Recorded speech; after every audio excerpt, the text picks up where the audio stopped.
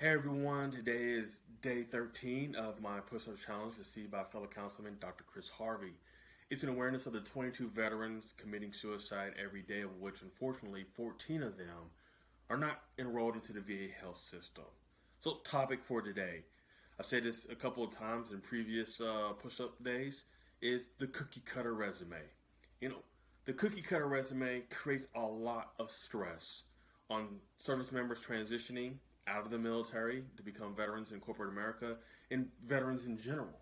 So why is it so stressful? Well, one, we're relying on other entities and organizations to help us be able to take our military experience and determine what are the equivalencies, the correlating aspects of what we've done relatable to corporate America, particularly certain industries we do not know about, certain companies and organizations and their structure that we do not know about. But then when we go do those interviews, we are asked questions as far as why did we pick this title, or why did we pick this role, or why did we pick this particular pay. And we're having to rely on those same organizations that we put our trust into to sit down and view us individually and not by our ranks, not by our role, not by our position, or not by the type of unit that we served in, but what we actually had to do in that organization, in that unit, during that time of the rank we were at.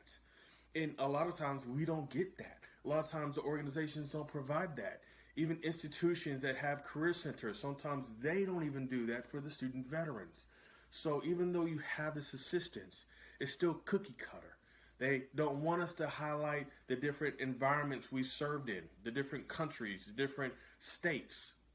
But a regular civilian who has worked in the Eastern versus the Western, the Northern versus the Southern, or even overseas, is told to put those things on their resume because it shows cultural diversity, cultural understanding, being able to work with others outside of their own background and heritage.